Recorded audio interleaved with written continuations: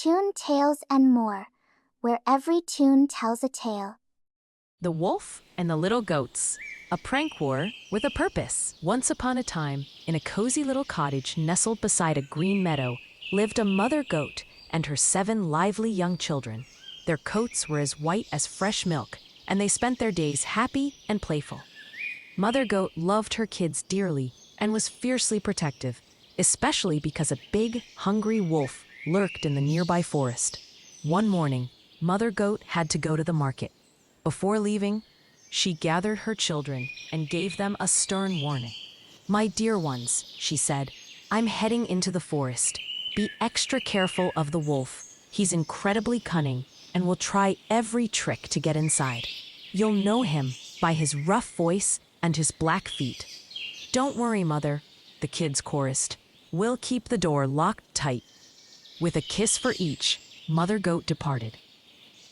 Soon after, a knock echoed at the door. "Open up, my dear children," a gruff voice called out. "It's your mother, and I've brought you treats." But the goats immediately recognized the deep, rough voice. "You're not our mother," they shouted back. "Our mother has a soft, gentle voice. You're the wolf." The wolf, grumbling, stomped away. He knew he needed a new strategy. He found a piece of chalk, ate it, and it made his voice surprisingly sweet and gentle. He returned to the cottage and knocked again. "Open the door, my children," he cooed in his newly transformed voice. "It's your mother, and I have something special for you." This time, the voice sounded just like their mother's. The kids almost opened the door, but Lily, the youngest and wisest goat, peeked through a crack. She saw a large black paw resting on the windowsill. "No," she cried. "Our mother has white feet, not black. You're the wolf." As the wolf paced away in frustration, the wolf, now utterly furious, stormed off to a baker's shop. "I need flour for my paws," he snarled. The terrified baker quickly handed him a large bag. The wolf coated his black paws in the white flour until they looked as pristine as snow. He returned to the cottage for the 3rd time, knocked, and in his sweet voice said, "Open the door. My children, it's truly your mother. Look, I've brought you a surprise." He showed them his perfectly flour-covered paws through the window. The little goats saw the white feet and heard the gentle voice. Convinced, they rushed to unbolt the door. But just as their hooves touched the latch, Lily, remembering her mother's precise warnings, chirped, "Mother, what was the very first lullaby you sang to us when we were just tiny kids?" "The one about the green grass?" "Aha!" Lily shouted. "Our mother knows the answer. You're the wolf." Enraged, the wolf snarled and tried to smash the door in. The goats scattered, not just in fear, but with a newfound determination.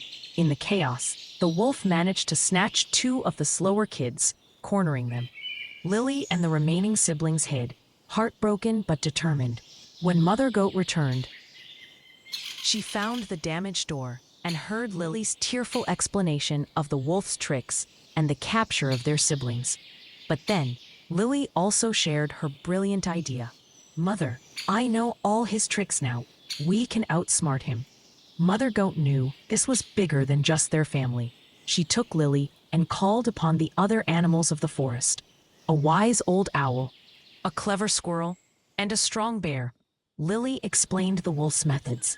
His rough voice, his chalk-sweetened voice, his black then floured paws, and his inability to answer a true family question. Together, they devised an ingenious plan. They sent a series of harmless but utterly humiliating traps in the wolf's usual patrol path. They lined a narrow trail with sticky tree sap, knowing he'd have to walk through it. Further along, they rigged a net full of soft, fluffy moss and colorful leaves to drop on him. The next morning, the wolf, still hungry and plodding, ambled through the forest.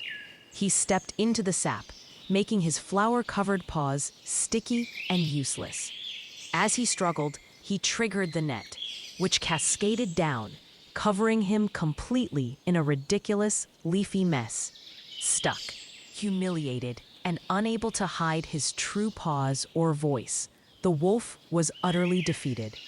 Mother Goat, her remaining children, and the forest animals emerged. "Your cunning has been outmatched, Wolf," Mother Goat stated firmly. "We are stronger when we work together, and we are smarter when we share our knowledge." The wolf, utterly defeated by wits rather than claws, hung his head. Mother Goat, seeing his shame, offered him a choice: leave the forest forever and never return, or learn to hunt fairly and leave the peaceful animals alone. Ashamed, the wolf chose to slink away, never bothering the animals of the forest again. The captured goats were safe and sound, released by the wolf when he was caught. The mother goat and her 7 little children, along with their new forest friends, danced and sang with joy. They were all safe at home again, living happily ever after, protected not just by locks, but by their own cleverness and the strength of their community. So kids, what did we learn from the wolf and the goats today?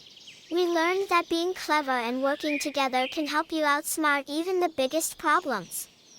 When we share our ideas and help each other, there's nothing we can't do.